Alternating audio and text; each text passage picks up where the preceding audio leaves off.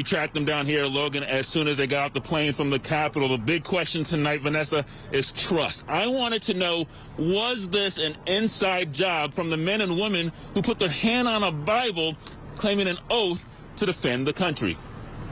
Just because President Trump has been impeached doesn't mean there won't be more people in power held accountable for the insurrection at the Capitol. Footage of the day of the 6th, where it appeared that there were Capitol police officers assisting. There are also tweets and texts and things like that from these individual members of Congress.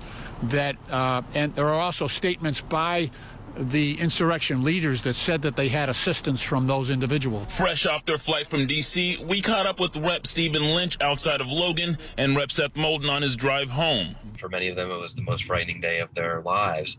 And it certainly was the most frightening day of my life for our government. Both saying the president, police, and even their fellow congressmen and women are not above the law. I expect to have tough debates with my colleagues across the aisle. I don't expect them to be traitors to the United States of America. We'll reserve judgment till we have all the evidence, but if it is confirmed those individuals assisted the insurrection and gave people tours of the Capitol and identified offices so that they could be attacked at a later date, they should be punished with sedition.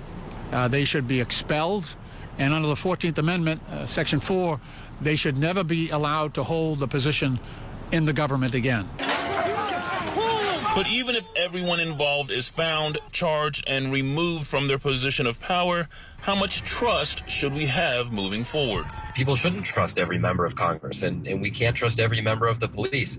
A trust is hard to earn and easy to break. I think there's reason to distrust people who betrayed the Constitution and betrayed their oath, but I also think there's good reason to support the people who lived up to their oath to defend the Constitution.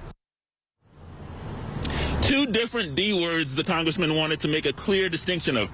The people that are there to defame the country and the Constitution, and the people that are there to defend the country and the Constitution, even willing to vote or remove, to impeach anyone who was aiding or abetting in the insurrection. Vanessa?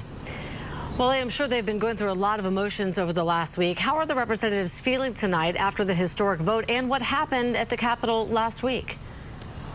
Sad, betrayed, hurt, not just at the potential that some of their fellow congressmen and women could have potentially aided and abetted in the insurrection, but also the fact that they had to impeach the president. They said, politics aside, this was a sad day, topping off a sad week for our country, and now they're just waiting to see how this investigation ends.